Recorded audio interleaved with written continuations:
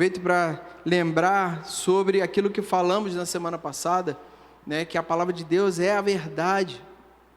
Eu fiz algumas perguntas e eu vou fazer rapidamente aqui só para você lembrar. No seu dia a dia, o que tem sido verdade para você? Né, essa foi uma das perguntas. Eu falei que no mundo o conceito de verdade tem sido muito deturpado. Por muitas vezes a gente não sabe se aquilo é verdade. A gente recebe uma notícia escrita e não sabe se é verdade. A gente recebe um áudio e não sabe se é verdade.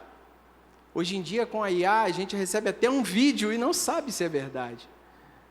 Então, assim, a questão da verdade hoje tem sido algo muito... como é que eu vou dizer? Nada seguro. A verdade que esse mundo apresenta para a gente não é nada segura. Mas também falei de que a verdade que é a palavra de Deus, ela é completamente segura. Aqui não há nada que você possa falar assim, isso aqui eu acho que não é bem assim. Eu quero te dizer nessa noite, se você ainda, no decorrer dessas explanações, dessas pregações, você ainda não teve esse entendimento, eu quero te dizer que você precisa crer que essa palavra vem do coração de Deus. Ela não é um livro qualquer e a gente vai poder elucidar um pouco melhor isso. Mas também falamos que a verdade do mundo tem atingido a nossa fé, porque é uma verdade deturpada, e às vezes é até uma verdade agradável, e aquilo soa bem aos nossos ouvidos, só que às vezes é uma verdade que vem para roubar a nossa fé, para esmorecer a nossa coragem, para tirar o ânimo, para tirar a disposição. E aí, eu também falamos muito sobre o Evangelho de João, no último domingo, e eu quero dizer para você uma frase que eu usei também no domingo passado, que eu disse que a verdade relatada no Evangelho de João não é um conceito, mas sim uma pessoa, e essa pessoa é Jesus Cristo. Ele é a verdade, Ele é o caminho, a verdade e a vida, Ele é a verdade. Também, uma pergunta que Pilatos fez para Jesus, depois de todo um discurso, ele pergunta, o que é a verdade? Pilatos faz uma pergunta que ele, na verdade, não queria nem saber a resposta. Na verdade, ele estava ali cumprindo apenas um papel, só fazendo com que aquilo ali se resolvesse. Mas caiu sobre nós essa pergunta no final dessa pregação, e eu perguntei, o que é a verdade?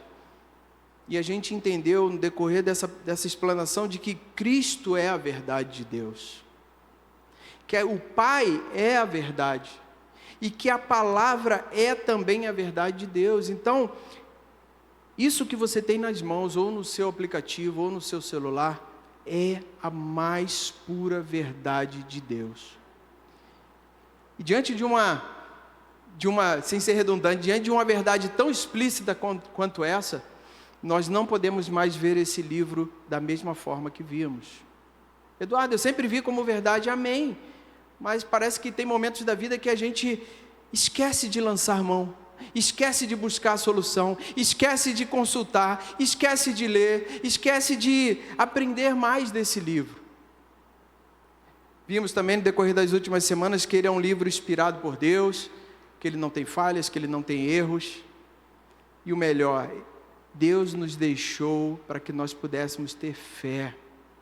Tudo que precisamos está aqui. Se você precisa de consolo, leia Salmos. Se você precisa de vida prática, leia Provérbios, né? Se você precisa saber daquilo que Jesus fez, leia os Evangelhos.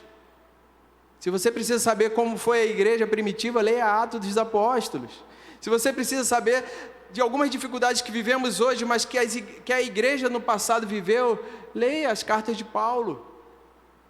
Ou seja, tudo que nós precisamos está aqui. Amém? Eu queria que você abrisse a sua Bíblia em 2 Pedro, capítulo 3. São apenas 2 versículos.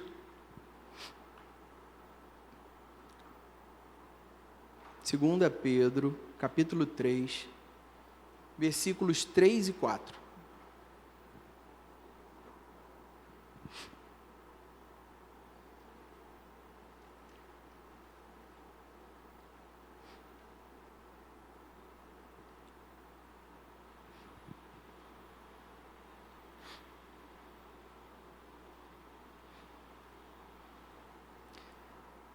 Você achou e diz amém? A palavra do Senhor diz assim, a partir do versículo 3. Antes de tudo, saibam que, nos últimos dias, virão escarnecedores com as suas zombarias, andando segundo as próprias paixões, e dizendo: onde está a promessa da sua vinda? Porque desde que os pais morreram, todas as coisas permanecem como desde o princípio da criação. Vamos orar. Amado Deus e Pai, te agradecemos pela oportunidade que temos de estarmos nesse lugar, de estarmos meditando na Tua Palavra. Te pedimos agora que o Teu Espírito Santo, somente Ele, Senhor, fale aos nossos corações. Ó Deus, que o nosso coração se ache em paz e que toda preocupação fique, Senhor amado, nesse momento de lado, e que nós possamos ter ouvidos atentos e que o Teu Espírito Santo possa trazer o entendimento necessário para que as nossas vidas sejam edificadas, fortalecidas, Senhor, ou que nós possamos sair daqui convictos da Tua Palavra. Assim nós oramos e te agradecemos em nome de Jesus. Amém e amém.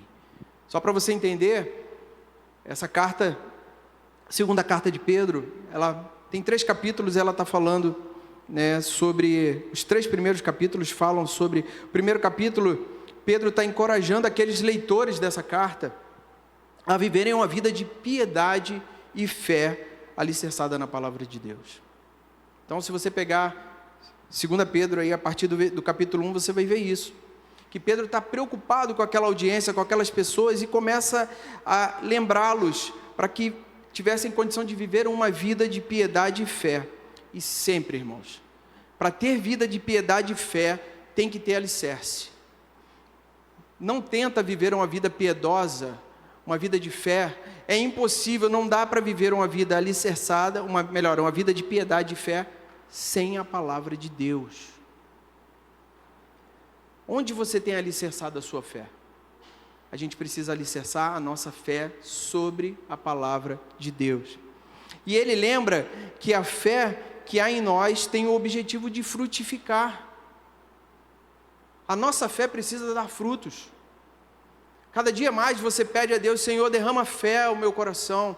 Ele vem e derrama situações, Ele derrama, aprendizado para que a gente fique cada vez mais forte, a nossa fé seja mais robusta.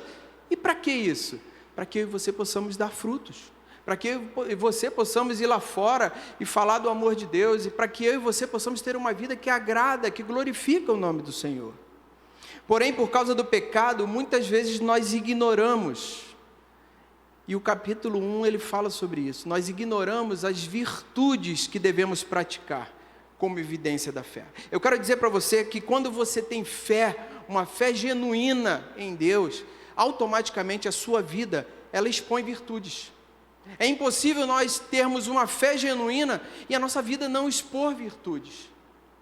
Por exemplo, ele fala aqui nos versículos, 2 Pedro capítulo 1, eu vou ler para você, versículo 5, ele diz assim: por causa disso, concentrando todos os seus esforços, acrescentem à fé que vocês têm a virtude, e a virtude, o conhecimento, o domínio próprio, ao domínio próprio a perseverança a piedade, a fraternidade e a fraternidade o amor.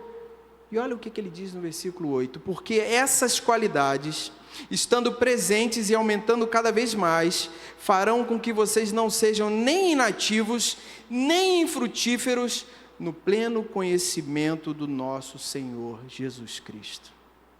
Quando você tem uma fé verdadeira, uma fé robusta, automaticamente, você vai externar dia após dia cada uma dessas virtudes. Mas ele também fala da superioridade da palavra de Deus. Pedro, ele falava para gentios, então ele tinha que ter uma preocupação a mais com os gentios. Então ele, falando da superioridade da palavra de Deus, ele diz para os gentios, ainda no capítulo 1, ele diz assim: porque não lhe demos a conhecer o poder e a vinda do nosso Senhor Jesus Cristo, seguindo fábulas engenhosas, mas nós mesmos fomos testemunhas oculares da sua majestade. Veja que Pedro se preocupou em dizer que aquilo que ele estava relatando não vinha de fábulas, mas eles eram testemunhas oculares daquilo que Deus fez. Isso reforça de que o que está registrado nessa palavra não veio de fábulas miraculosas, mas veio de um registro de alguém que estava lá e viu. Isso que nós temos aqui para nos alimentar todos os dias é algo que foi deixado por Deus para nós há mais de 2000 anos, relatos verídicos de pessoas, de homens piedosos que estavam lá, que viram Jesus curando, que viram Jesus libertando, que viram a igreja, como está lá em Atos, que viviam, a igreja primitiva vivia dividindo todas as coisas, viviam de casa em casa. Quando isso está registrado, meus irmãos, isso não é alguém que falou assim, eu acho que é isso.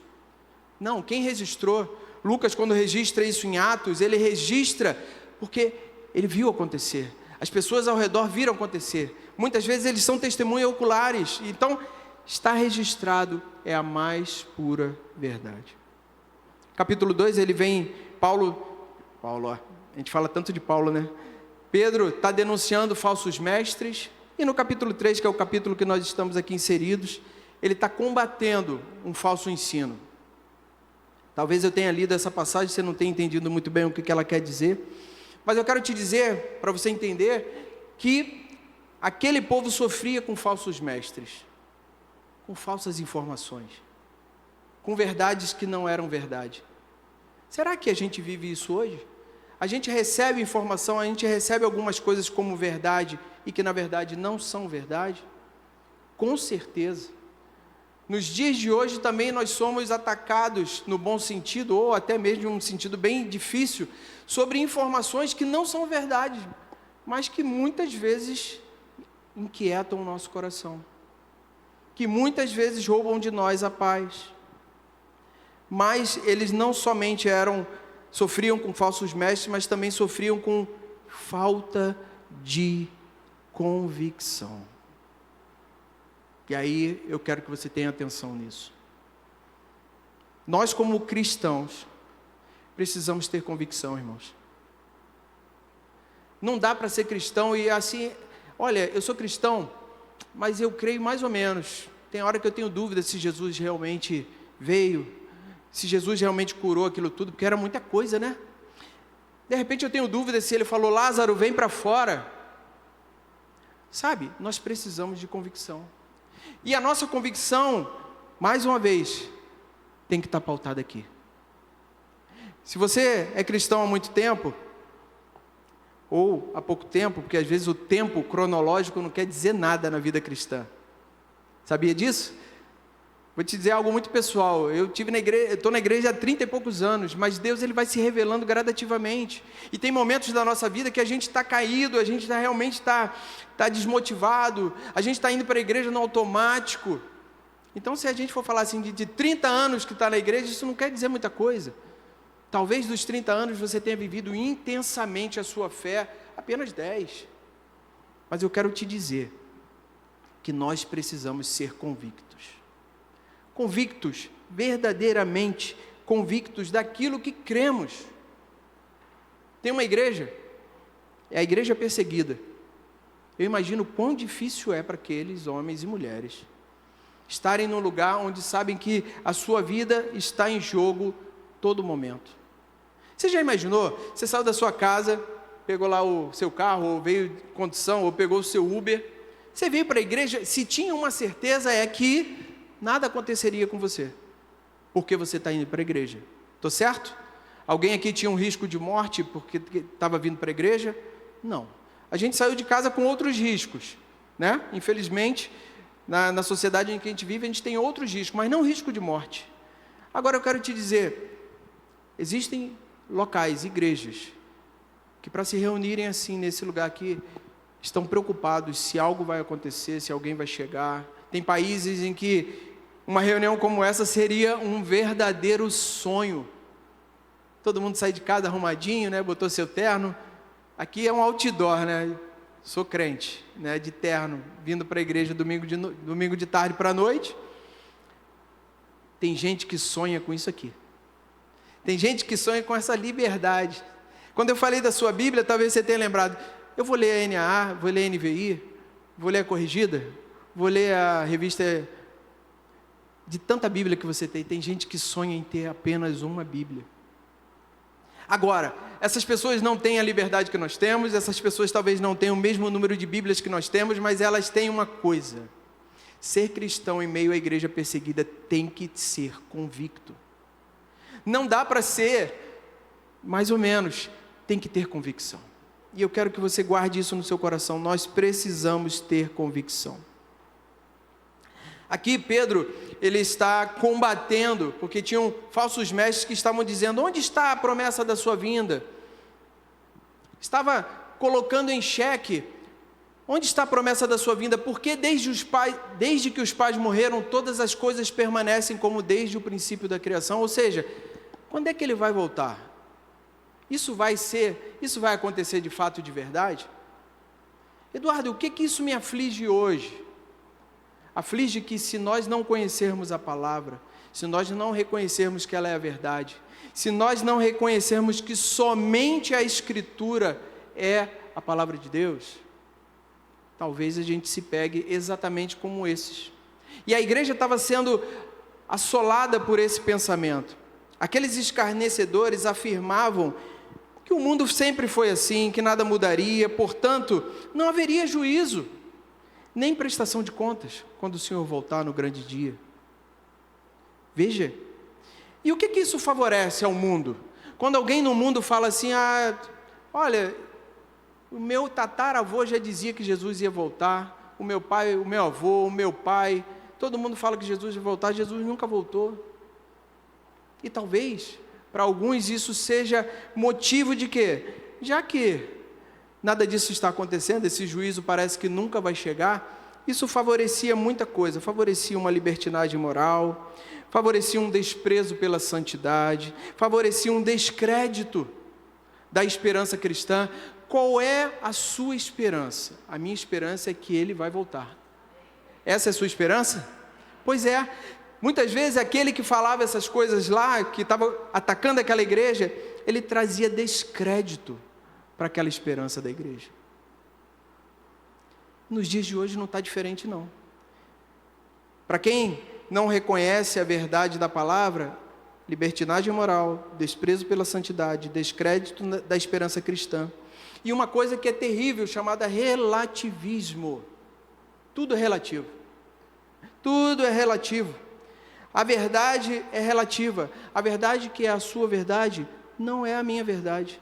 A sua verdade é sua, a minha é minha. E onde fica a palavra de Deus nisso? E onde será que fica a palavra em meio a tudo isso? Pedro, defendendo esse ataque, ele se preocupa, e depois eu gostaria que você lesse, esse capítulo 3, ele é bem curtinho, mas Pedro se preocupa em mostrar como Deus intervém na história, desde a criação. Ele fala do dilúvio.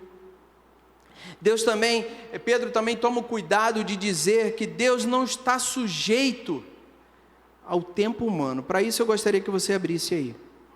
Vamos lá em 2 Pedro. Porque para os homens, Deus não está preocupado. Mas eu quero dizer para você que o Senhor, Ele está preocupado sim, e Ele tem todo o tempo debaixo do seu controle. Capítulo 3, 2 Pedro, capítulo 3, versículo 8. Pedro falando, ele diz assim: mas há uma coisa, amados, que vocês não devem esquecer, que para o Senhor um dia é como 1000 anos, e 1000 anos são como um dia. O tempo de Deus é diferente do nosso. Com sorte nós vivemos 80, 90 anos, alguns 100 anos. Deus, Ele tem todo o controle. E Ele é tão misericordioso, que no versículo 9, deixa a sua Bíblia aberta, Pedro diz assim: o Senhor não retarda a sua promessa, ainda que alguns a julguem demorada, pelo contrário, Ele é paciente com vocês, não querendo que ninguém pereça, mas que todos cheguem ao arrependimento. Enquanto aqueles homens diziam: não vai voltar não, Ah, isso não vai acontecer não aconteceu até hoje, gente, não vai acontecer. Essa vinda, esse juízo, esse dia do juízo, isso não vai acontecer. Pois é. E Pedro, defendendo tudo isso, ele mostra que Deus é misericordioso. E se ele ainda não voltou, é porque tem muitas pessoas que precisam ouvir do Evangelho. E aí recai sobre nós uma responsabilidade que eu preciso te dizer nessa noite. Eu e você temos essa responsabilidade de pregar o Evangelho. Vamos pregar o Evangelho quanto mais pessoas ouvirem da verdade do Evangelho.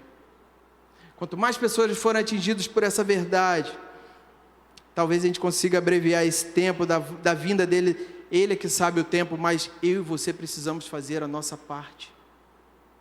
Então, no que diz respeito à volta dele, quando vai acontecer, eu quero dizer para você, que por mais que você anseie por essa volta, uma vez o pastor perguntou aqui no culto da manhã, falou assim, quem quer estar no Senhor aí? Todo mundo ficou calado, ninguém queria, né?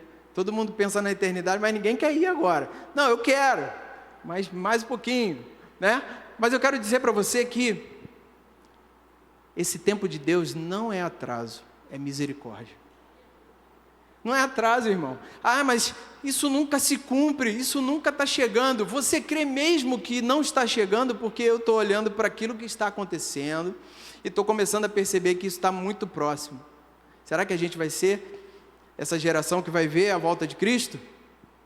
Será? Eu sei que Ele vai voltar. Não sei se eu vou estar nessa geração, se eu já estarei, né? Mas eu sei que Ele vai voltar. O que o apóstolo Pedro está querendo dizer com esse texto? Ele está querendo lembrar para aquela audiência, lembrem-se da palavra de Deus. Da mesma forma que aquela igreja estava vindo esse tipo de ataque, trazendo dúvida, trazendo confusão naquilo que eles entendiam, eu e você também sofremos esse ataque. Não precisa disso não, você está sendo muito extremista, esse negócio de ter que ir para a igreja no domingo, precisa não, vai lá uma vez só no mês. Quantos aqui já não escutaram? Vai lá bater o ponto? Você vai de novo para a igreja? Aí eu pergunto para você, o que te faz sair de casa para vir para a igreja? Pensa aí, é para vir bater o ponto? Duvido. Você vem porque você tem prazer de estar na presença de Deus, você vem porque você está ansioso por ouvir uma palavra que vai encher o teu coração, vai te alimentar para os próximos dias. Você pensa assim? Pois é, assim tem que ser a nossa expectativa. Quero dizer para você que conhecer a palavra de Deus vai nos trazer convicção, fé e ousadia para vencer na força do Senhor. Vou repetir. Conhecer a palavra de Deus nos trará convicção, fé e ousadia para vencer na força do Senhor. Eduardo, vencer o quê? O que eu tenho que vencer? Vou falar desse relativismo do nosso tempo, onde tudo é relativo. A sua verdade é sua e a minha é a minha. Acredita-se que o que é verdade, isso é o relativismo, tá? Acredita-se que o que é verdade agora pode não ser daqui a algum tempo. Veja que coisa maligna. Aquilo que é verdade agora pode não ser, daqui a um ano pode não ser mais verdade. Como é que você acha que essas pessoas encaram este livro? É muito fácil dizer, o que você está dizendo que é verdade é a sua verdade, não é a minha. O que você está dizendo que é verdade hoje, daqui a pouco, você vai ouvir como eu já ouvi. O mundo mudou, gente. Não é mais desse jeito que está escrito aqui, não. Pode ser mudado, vamos fazer uma atualização da Bíblia? Ela precisa ser atualizada. Eu quero dizer para você que ela não precisa ser atualizada. Ela é perfeita em tudo aquilo que está registrado. E tudo que foi deixado serve para nós como algum tipo de ensinamento. Como agir no dia a dia, conforme eu falei, eu vou repetir, vai lá em Provérbios, vai aprender. E Provérbios parece que foi escrito ontem. Já percebeu? Eu vou para Eclesiastes para saber, tempo para tudo debaixo do céu. Salomão escreveu ontem, gente, no sábado.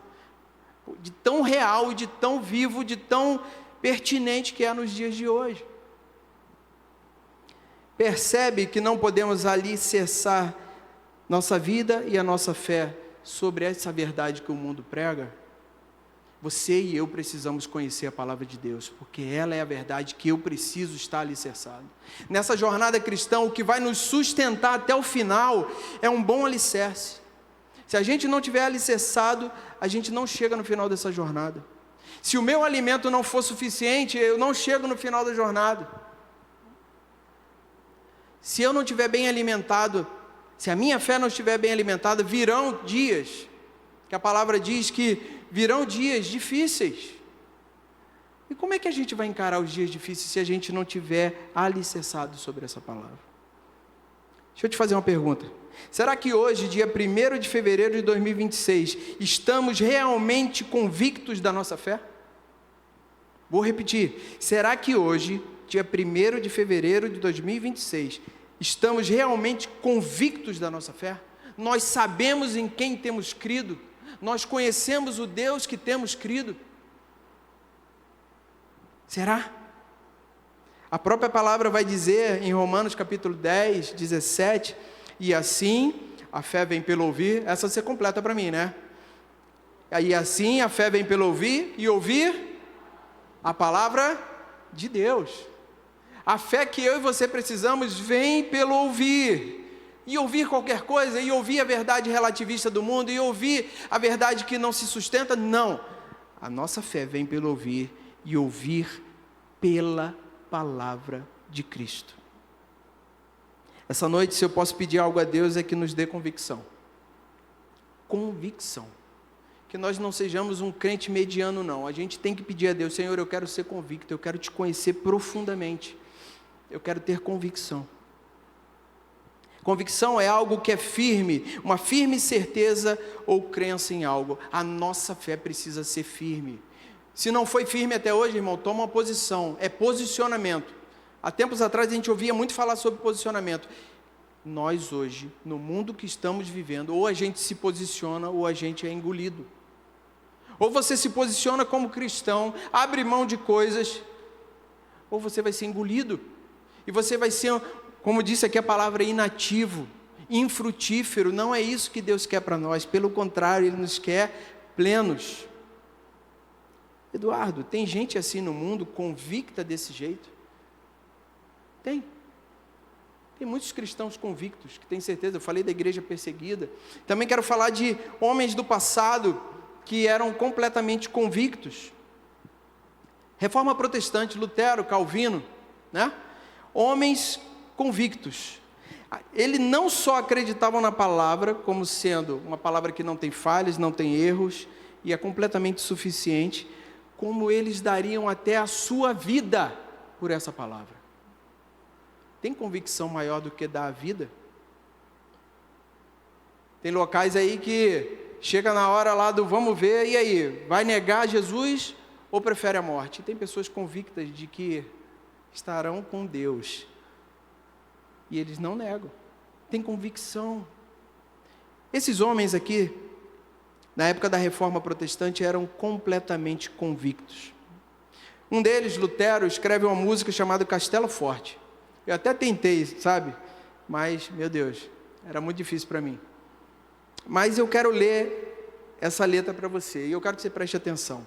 A música de Lutero fala assim, Castelo Forte é o nome da música, depois chega em casa, bota no YouTube, eu sei que você é muito antenado com esse negócio, bota no YouTube. Olha o que diz a letra dessa música. Castelo forte é o nosso Deus, espada e bom escudo, com o seu poder defende os seus, em todo transe agudo. Com fúria pertinaz persegue Satanás, com ânimos cruéis, muito forte é o Deus fiel, igual não há na terra. A nossa força nada faz.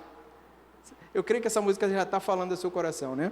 A nossa força nada faz. Sozinho estamos perdidos, mas nosso Deus socorro traz, em seu Filho escolhido.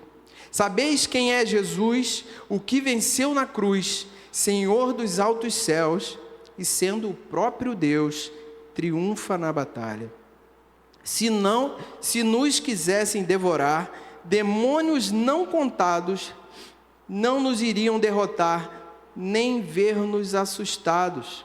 O príncipe do mal, com seu plano infernal, já condenado está, vencido cairá por uma só palavra. E Deus conosco sempre está, sabemos com certeza, e nada nos assustará, com Cristo por defesa. É dessa defesa que a gente precisa, amém?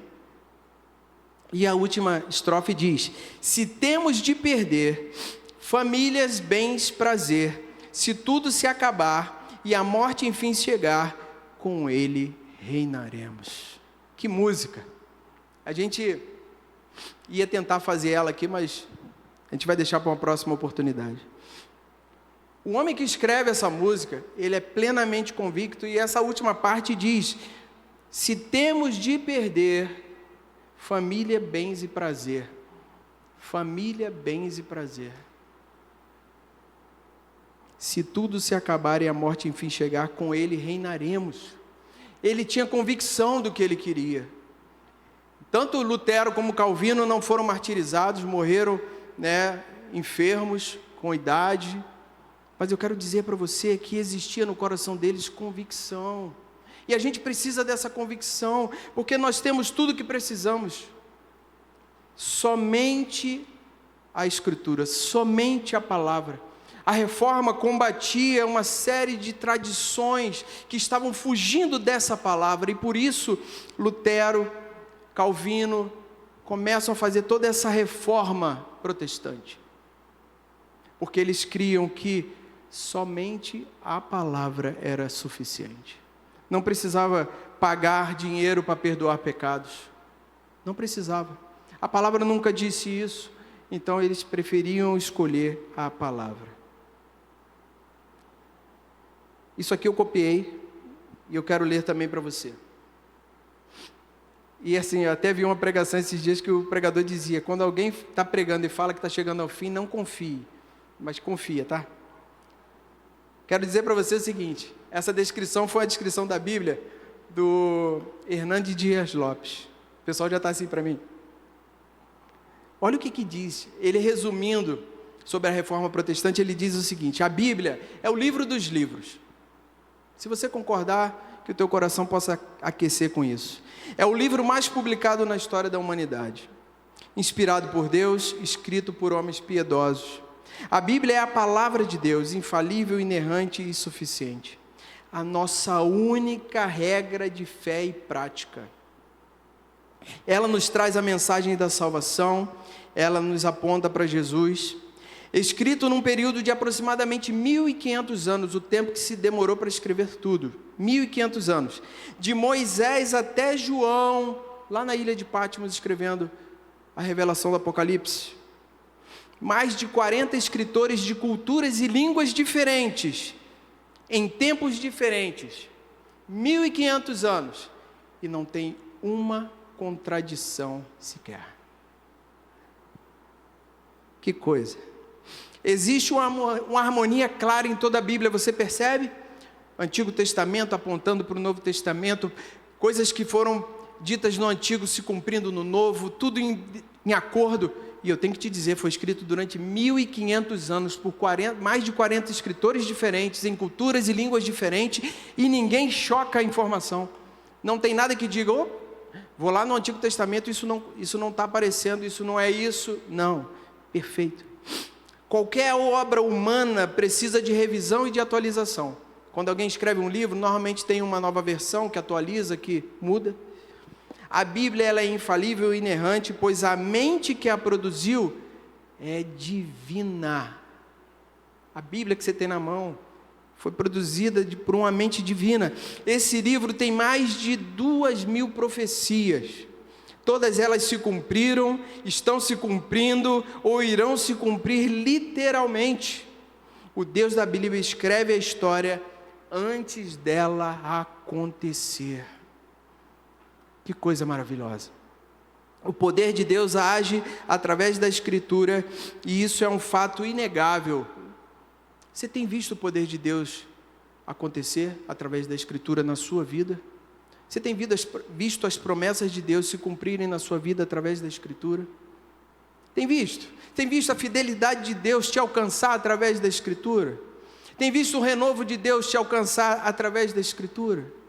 Você tem dias que você está ali com a esperança lá embaixo, desacreditado, não sabe nem o que vai fazer, e aí você faz a melhor escolha do dia: eu vou ler a Bíblia. E aí você lê a Bíblia. Não como uma caixinha de surpresas, e eu já falei disso lá atrás. Não. Você começa a ler a Bíblia, e a Bíblia vai te enchendo, vai te renovando, vai te encorajando, vai trazendo uma esperança. E quando você termina de fazer aquela leitura, a sua oração, você é outra pessoa. Isso já aconteceu com você? Pois é. Por isso eu te encorajo a ler, meditar e seguir em conhecer essa palavra tão especial. Isso tudo é essa revelação especial escrita que está nas suas mãos. Somente a Escritura é necessária. Não busquem mais nada. Mas eu adoro uma autoajuda. Está aqui a sua autoajuda. Eu gosto muito de um horóscopo. E eu estou falando assim, coisas muito corriqueiras.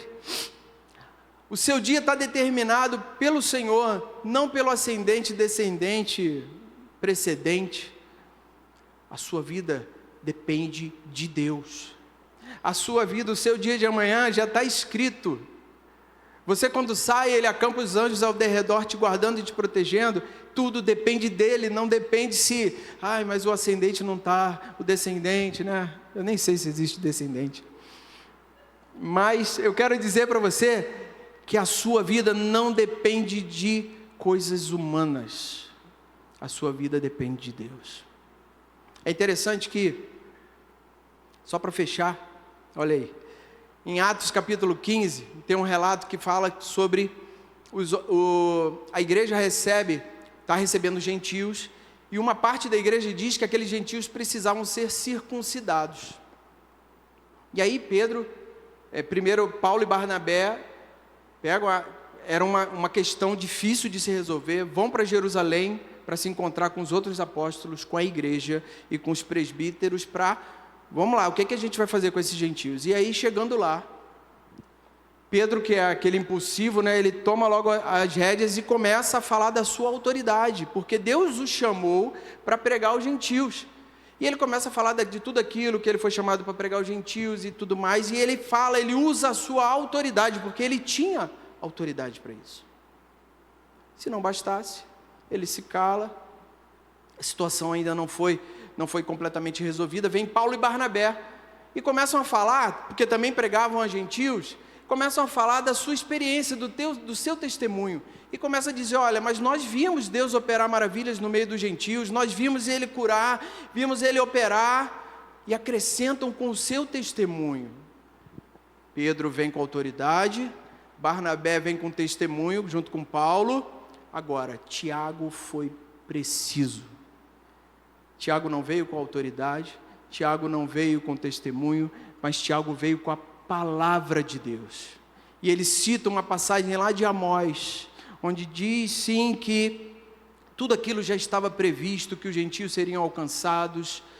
Então veja, no meio daquela discussão, existia autoridade e era verdadeira, existia testemunho e era verdadeiro, mas o que chancelou de verdade foi a palavra. O que isso nos ensina? Talvez você tenha testemunhos, talvez você tenha até autoridade, mas o que vai ser a verdade, que vai decidir, é a palavra de Deus na sua vida. Então coloque a palavra como prioridade, coloque a palavra na frente de todas as coisas, busque na palavra a solução, não busque em homens, não busque em sabedoria humana, mas busque em Deus através da sua palavra, que você ame esta palavra. Somente a Escritura, mais nada. Amém? Você pode ficar de pé?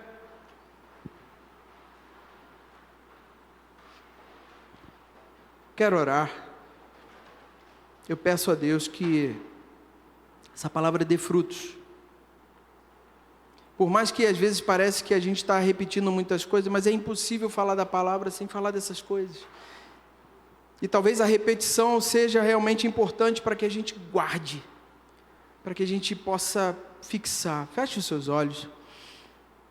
Amado Deus e Pai, eu te peço em nome de Jesus, que a Tua palavra possa fazer, Senhor, transformação na nossa vida. Oh Deus, somente a Escritura é suficiente. Somente a Escritura é infalível. Somente a Escritura é inerrante. Oh Deus, tudo que precisamos está nas Escrituras Sagradas. Obrigado, Deus, pelo privilégio de fazer parte de uma geração que tem acesso à Tua Palavra. Oh, em várias versões, em vários tamanhos, em várias cores. Meu Deus, mas que o meu coração e os nossos corações desejem, Senhor amado, conhecer essa palavra. Que não seja apenas um livro que nós vamos levar para cima e para baixo, mas que seja um livro que nós conheçamos. Pai querido e amado, eu te peço nessa hora, nos dá convicção. Meu irmão, minha irmã, talvez você nunca tenha pensado por esse lado, mas eu quero te dizer nessa noite que você precisa ter convicção. Convicção da sua fé. Você não pode ser, eu acho. Não, talvez tenha convicção, tenha certeza absoluta de que Cristo é o Salvador, que Ele foi o Redentor, que foi Ele que resgatou, que foi Ele que reconciliou.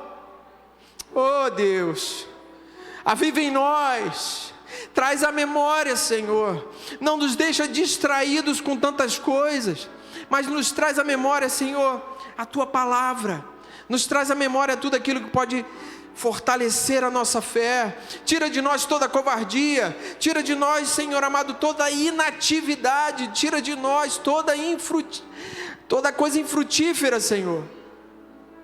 Que nós sejamos ativos, que nós sejamos frutíferos, que nós sejamos alicerçados na Tua Palavra.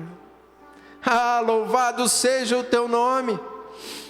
Oh meu Deus, se a fé vem pelo ouvir, eu preciso ouvir. Você pode repetir isso comigo? Se a fé vem pelo ouvir, repita comigo: se a fé vem pelo ouvir, eu preciso ouvir. Que isso seja uma realidade. Comprometa-se com o Senhor a estar neste lugar, todas as vezes que essa porta se abrir para ouvir da palavra, a sua fé vai crescer, a sua fé vai ser fortalecida ouvindo a palavra. Deus, nós precisamos aprender a amar a Tua Palavra. Oh Deus, nos dá um amor tremendo por essa palavra, que os nossos corações possam jubilar ao ler a Tua Palavra. Oh Deus, que os nossos corações possam ser cheios. Você que por algum motivo já não sente mais aquele desejo, você tem a oportunidade agora de colocar o teu coração diante do Senhor. Talvez você esteja como, anestesiado. Talvez há muito tempo você não tenha aquele desejo, aquela fome. Peça a Deus agora: Senhor, renova, Senhor, a nossa fome e sede pela Tua Palavra. Que nós possamos ser homens e mulheres que desejam e que têm como prioridade, Senhor, Te conhecer.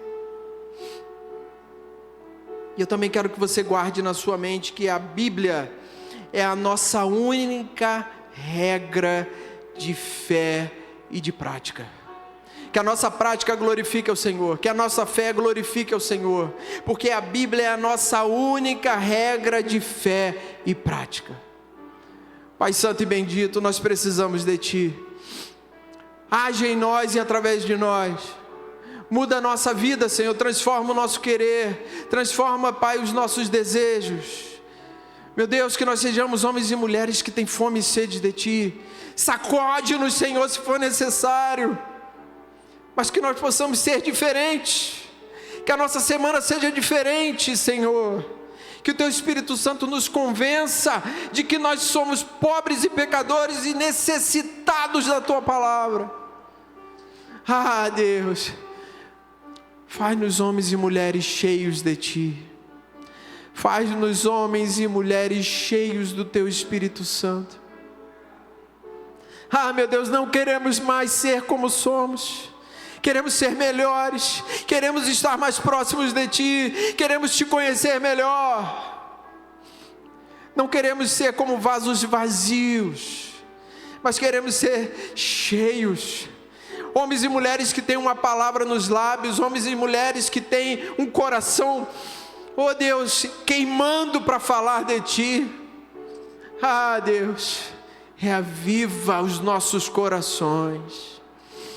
Nós Te louvamos, Senhor, Te agradecemos e Te pedimos que essa palavra não fique no nosso ouvido, mas que ela desça ao coração, ao centro do nosso coração, e que ela possa dar frutos, e que o Teu Espírito Santo realize a obra para o qual Tu determinou para essa noite. Nós Te louvamos e Te agradecemos, Senhor. Leva-nos em paz e segurança aos nossos lares agora. Que, Pai, ao chegarmos em casa, possamos encontrar nossa casa em perfeita harmonia. Guarda os nossos filhos, os cônjuges. Guarda essa semana, prepara, abre portas, cria condições, nos dá livramento, nos dá bênçãos, Senhor Deus, nos dá comunhão plena contigo. Por isso nós Te agradecemos e Te louvamos. Que a graça do Senhor Jesus, o amor de Deus, o nosso Pai, a comunhão e as consolações do Espírito Santo sejam sobre nós, Igreja do Senhor, não somente hoje, mas para todos sempre. E você que é a Igreja do Senhor, diga amém. Que Deus